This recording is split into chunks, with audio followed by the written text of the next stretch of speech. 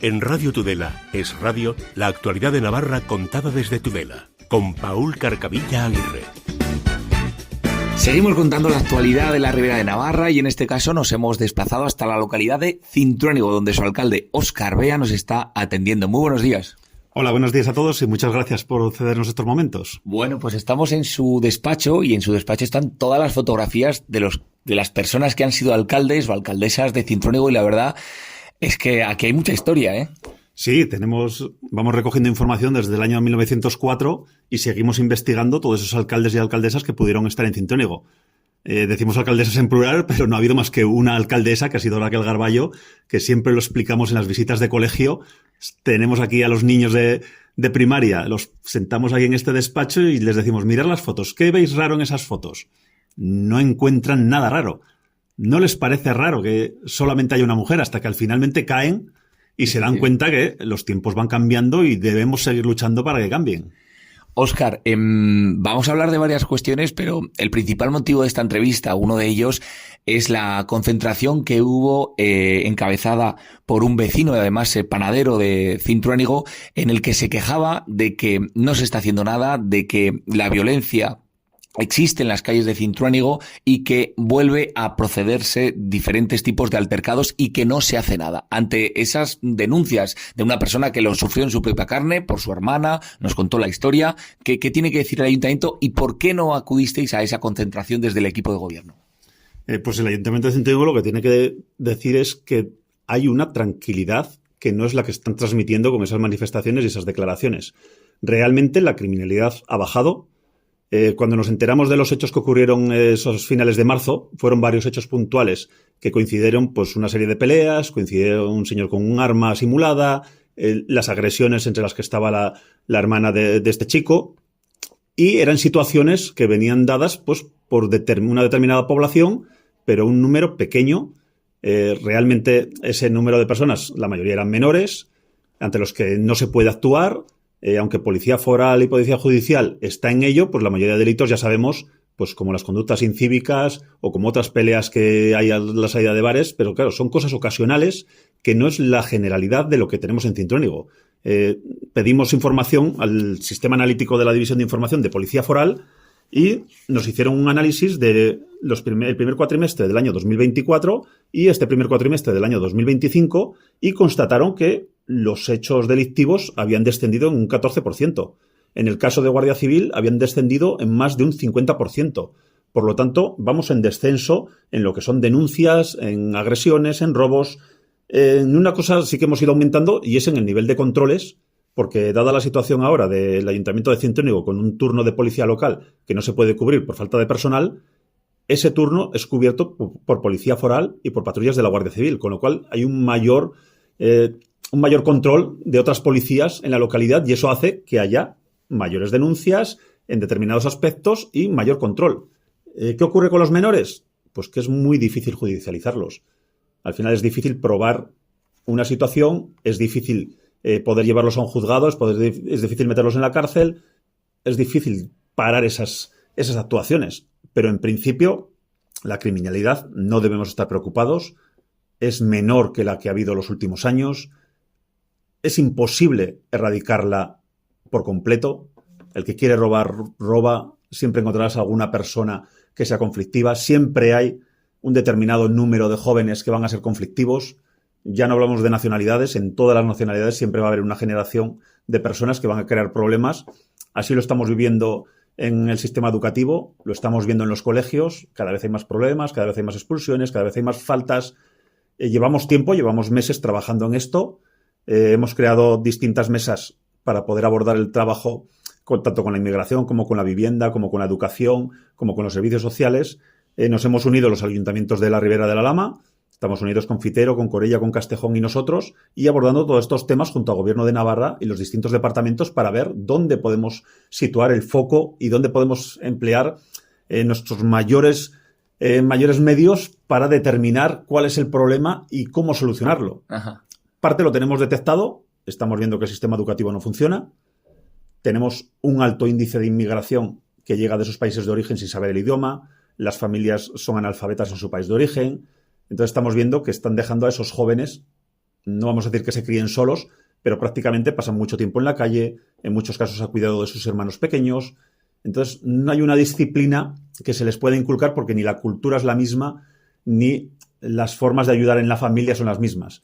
Entonces, sí que estamos notando que hay un mayor fracaso escolar, muchas matrículas sobrevenidas, muchos niños que vienen a mitad de curso, con el curso iniciado, sin saber el idioma, que les cuesta adaptarse. Todos esos niños empiezan a llenar la mochila, asignaturas suspensas. Si los padres no quieren que repita, van pasando de curso y llegan a la etapa de formación secundaria con tal mochila que es el 60%, 70% termina en fracaso escolar. Entonces estamos viendo que hay un problema, ese sistema educativo no está funcionando, se tiene que adaptar a la zona en la que estamos viviendo. Estamos viviendo un proceso migratorio muy elevado. Tenemos una situación que sabemos qué es lo que está produciendo y parte de esos problemas que luego derivan en cierta criminalidad o conductas incívicas o roturas de mobiliario o cualquier otro tipo de situación, estamos viendo que hay que buscar ese problema para poder atajarlo. Porque cuando una persona está haciendo los exámenes de primaria, continúa porque se le permite y es en la secundaria cuando se está anotando. Eso es. Ya sabemos, en cuanto pasan al primer año de secundaria, ya se sabe los niños que van a pasar de primaria y con qué problemas van a pasar.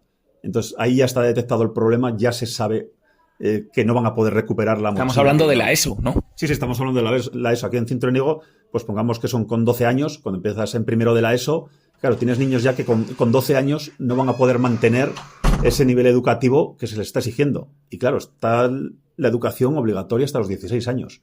Entonces hay niños que ya desde los 12 años ves que no van a salir adelante y no encuentras otras opciones con ellos. Entonces van a estar 4 años conviviendo con gente que quiere estudiar, con gente que quiere hacer otras cosas, con gente preocupada que ellos no tienen ninguna preocupación. Ante esa cuestión, ¿qué os dice el consejero de Educación, Carlos Jimeno? Hemos estado hablando con ellos. En esas mesas de educación nos reunimos primero con los 4 consejeros, nos reunimos con el consejero de Educación, políticas migratorias, vivienda, derechos sociales. Estuvimos reunidos con todos ellos para presentarles los problemas en conjunto de las 4 localidades y para que enfocasen. A nivel educativo es la parte más compleja porque no quieren hacer un sistema educativo a la carta. Aquí el sistema educativo es para toda Navarra y pretenden aplicarlo o continuar aplicando en toda Navarra. Ahí nosotros ya les expresábamos que no, que las poblaciones que tenemos este problema estamos principalmente aquí, en la Ribera de Navarra, y necesitamos un sistema educativo propio o complementario a esas situaciones. Claro. Que se les piden determinadas cuestiones como son el aprendizaje del idioma, que cuando lleguen, que estén en un aula X días, 15 días, un mes, 2 meses, hasta que aprendan el idioma, aprendan esa manera de desenvolverse y entonces sí, lo puedes meter en el aula de su edad. Porque ahora mismo el que llega nuevo va a su edad. Tardan un tiempo en evaluarlo y si lo evalúan que no tiene las condiciones educativas, lo retrasan un año.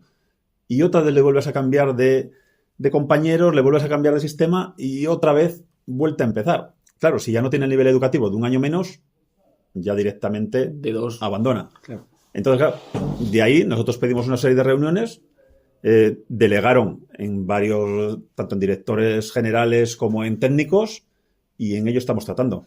¿Hay alguna fecha, algo marcado en el calendario en el que os van a dar una respuesta? No, simplemente lo que se quedó en estas mesas es que ellos iban colaborando, íbamos detectando los problemas y se iban planteando soluciones. Nuestro problema es que es para solucionarlo ya. O sea, tendría que ser para atajarlo directamente, porque ahora mismo los repartos de profesorado y todos los alumnos y todo eso lo hacen con una previsión pues desde enero del año anterior. El curso que viene va a empezar ya con unas previsiones que no han considerado lo que normalmente tenemos en las matrículas sobrevenidas a lo largo del año. Hay que contar con ese profesorado de más, hay que contar con esos medios, una traductora, una promotora escolar. Hay determinadas figuras que ya están identificadas y ya se les ha propuesto que las incluyan. Hasta ahora nos han ido ayudando con subvenciones determinadas, desde políticas migratorias o desde derechos sociales, para X tiempo tener esas figuras. Pero terminada la subvención, termina la figura. Entonces, claro, nos hemos encontrado que hemos tenido que echar mano de Mancomunidad de Servicios Sociales para que a través de otras convocatorias soliciten esos puestos y destinen horas a esas promotoras escolares para poder aprovecharlas.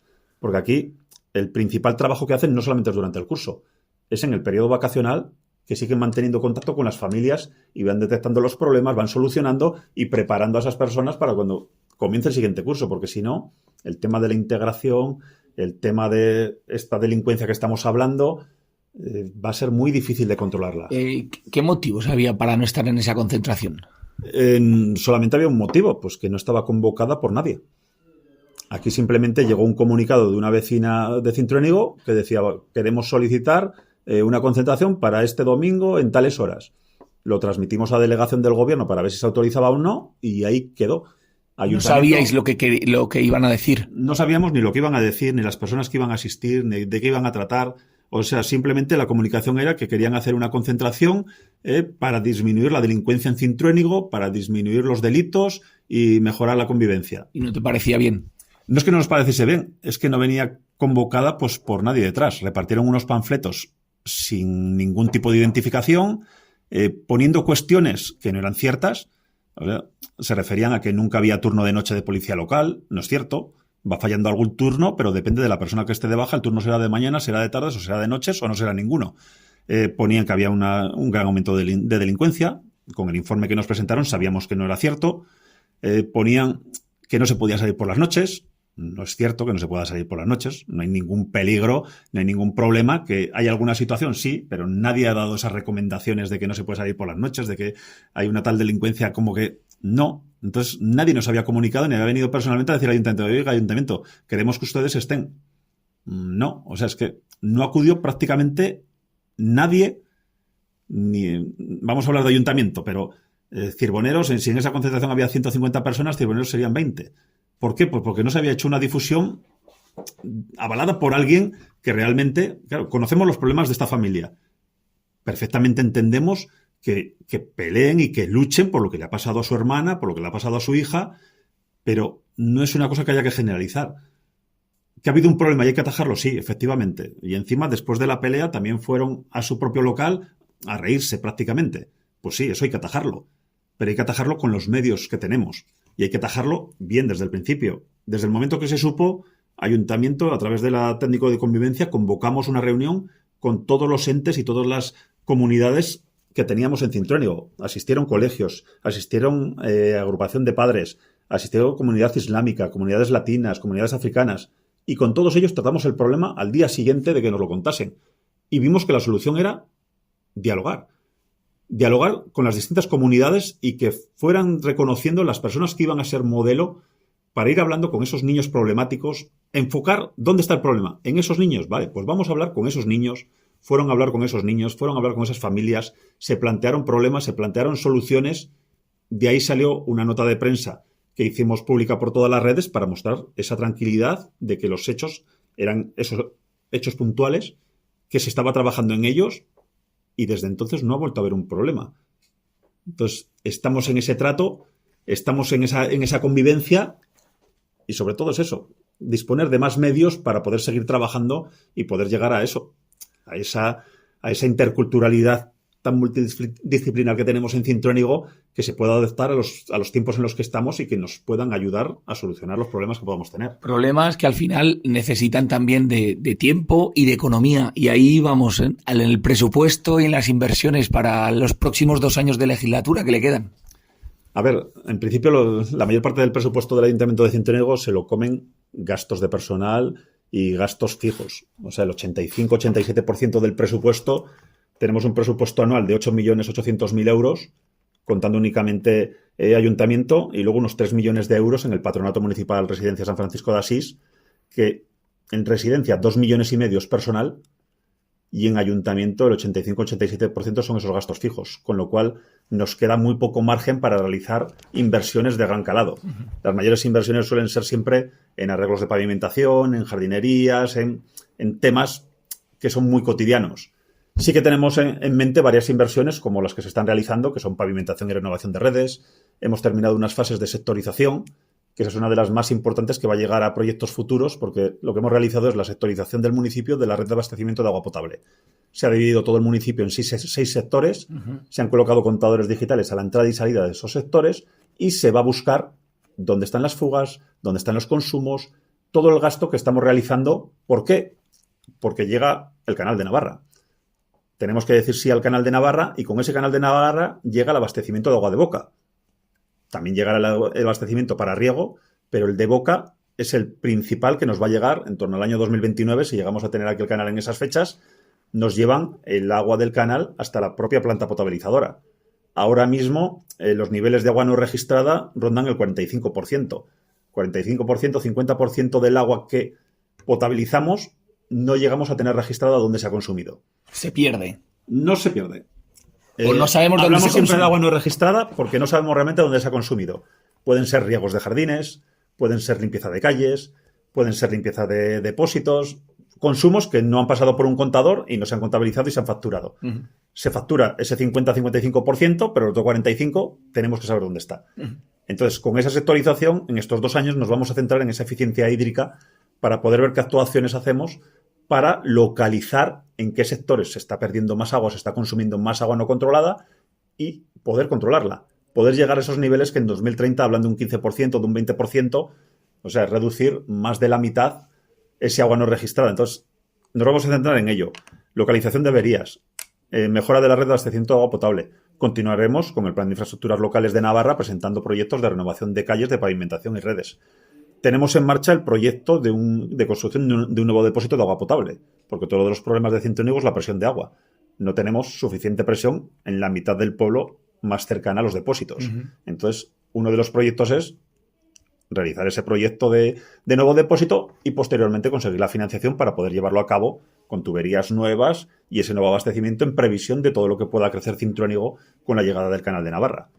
Luego tenemos varios edificios municipales, como son la Casa de Lugorri y el Centro Parroquial, que hemos adquirido recientemente y que tenemos que ver a qué van destinados. Entonces, en estos 2 años queremos realizar esa participación ciudadana para realizar unos proyectos, para ver qué adecuación necesitan y ver en qué cantidades nos metemos y qué financiación y de dónde conseguimos para la rehabilitación y poner en funcionamiento esos edificios. Y luego otro de los proyectos que llevamos muchos años peleando por ello, que es la adecuación del Centro de Artes Avenida, con ese anfiteatro que tenemos con una pendiente excesiva, con una falta de seguridad enorme, que está haciendo que personas mayores ya no acudan al teatro por ese acceso, por esa dificultad, porque si no consiguen la primera línea, pues es muy complicado, es incómodo, es estrecho. Entonces, ese proyecto queremos sacarlo también en estos 2 años adelante para poder mejorarlo y poder tener un Centro de Artes Avenida en condiciones y con la seguridad que necesita. Participación ciudadana, ¿qué fechas manejan? Participación ciudadana, pues a lo largo de este año 2025 y primeros de los 2026 para poder determinar qué proyectos vamos a llevar adelante. ¿Y qué cantidades? Pues las cantidades no las sabemos, porque lo primero que hay que hacer es el proyecto de ejecución. Con ese proyecto de ejecución... ¿Y cuándo quiere hacer el proyecto? El proyecto queremos tenerlo el año que viene. El proyecto queremos tenerlo antes de terminar legislatura, antes de ese mayo de 2027, queremos tener los proyectos de ejecución tanto de Casa Loigorri, que ya tenemos un anteproyecto, como de Centro Parroquial, que tenemos que comenzar ahora con un anteproyecto y luego finalmente tener los proyectos. Porque sin saber los costos reales de lo que queremos hacer, es imposible mover una financiación correcta ni poder planificar en el tiempo fases para poder ir adecuando. Entonces estableceremos esa prioridad, realizaremos la participación y veremos hacia dónde quiere el pueblo que vayamos. Óscar Bea, estamos llegando al final de la entrevista, pero también en Corella, una localidad cercana, ha pasado, pues UPN ha denunciado y el tribunal ha admitido esa denuncia. ¿Qué opina de la denuncia hacia el alcalde Gorka García Izal? ¿Cómo se queda? A ver, a mí estas cosas de las denuncias pues siempre me sorprenden, porque cuando estás en el puesto de una alcaldía tienes que tomar muchas decisiones y estamos siempre pues al límite. Al límite porque o bien el nivel presupuestario no llega, o bien hay que buscar la financiación adecuada, o bien hay que realizar los procedimientos adecuados. Entonces, lo que sí que se hace es consultar con los distintos grupos políticos, consultar con la Junta de Gobierno para tomar las decisiones que mejor sean para ese ayuntamiento. Habrá cosas que estarán al límite y que consideren otros grupos políticos que no puedan estar realizadas correctamente o que se pueden realizar de otra manera. De ahí a que terminen siendo cosas ilegales va un trecho. Eso es lo que habrá que demostrar en esos procedimientos. Pero a mí, sinceramente, lo que me gusta es que se trabaje por el pueblo, que se cuente con todos, que vayamos sabiendo dónde nos vamos metiendo, porque en todos los pueblos hay muchos problemas que están sin resolver de siempre. Temas de bandas municipales de música, temas de gestiones deportivas, muchos temas que con una mancomunidad conjunta se podría solucionar, pero no llegan y al final terminamos haciendo procedimientos simplificados o procedimientos con subvenciones nominativas o cualquier otro tipo de procedimiento para poder sacar adelante cosas que se podrían solucionar en conjunto. Entonces, estas cuestiones de ir contra una alcaldía o de ir contra, si realmente se ha hecho algo mal, pues efectivamente, pues el que haga algo mal, pues tendrá que justificar por qué lo ha hecho y tendrá que llevar las consecuencias que tengan. Para eso estamos dirigiendo y tomando las decisiones. Pero, desde el punto de vista de alcalde, yo creo que tomas muchas decisiones y todas son por el bien del pueblo. Agradecemos sus palabras y no sé si quiere mandar algún mensaje más a la ciudadanía cirbonera.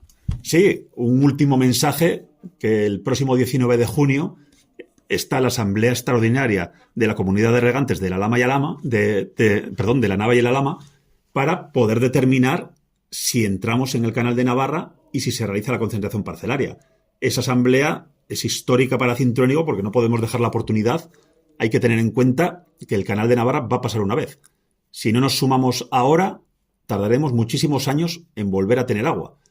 El agua es futuro. Necesitamos el agua para que vengan empresas. Necesitamos el agua para que los agricultores puedan continuar con sus procesos agrícolas y puedan tener más cosechas y más alternativas de futuro. Sin ese agua no va a haber futuro en Cintruénigo. No vamos a tener empleo, no vamos a tener empresas. Estamos viendo cómo van desapareciendo numerosas empresas y se va todo mecanizando mucho más. Hay muchos menos puestos de trabajo. O sea, el agua va a ser una oportunidad para todos. El que no quiera entrar podrá vender la parcela a un mayor precio, podrá alquilar, podrá hacer lo que quiera, pero por lo menos que el que se quiere dedicar a la agricultura pueda. Ese Canal de Navarra va a asegurar esos 5 o 6 regadíos anuales que va a permitir una infinidad de cosechas, más de 30 tipos de variedades de cosechas que va a poder llevar a cabo. Pero para eso hay que dar el primer paso. El primer paso es el 19 de junio decir sí al Canal de Navarra y sí a la concentración parcelaria. Como hizo Corella. Como hizo Corella en el sí al canal. En el sí al canal, eso es. Hay que seguir esos pasos y posteriormente llegarán la determinación de la concentración parcelaria, de todas las parcelas que entran. Ahora se establecen unas 2.500, 2.600 hectáreas. Saquemos la votación adelante y después continuemos paso a paso. Gracias, Óscar B. y que tenga una feliz jornada. Igualmente, muchas gracias por la atención recibida y un saludo para todos ustedes.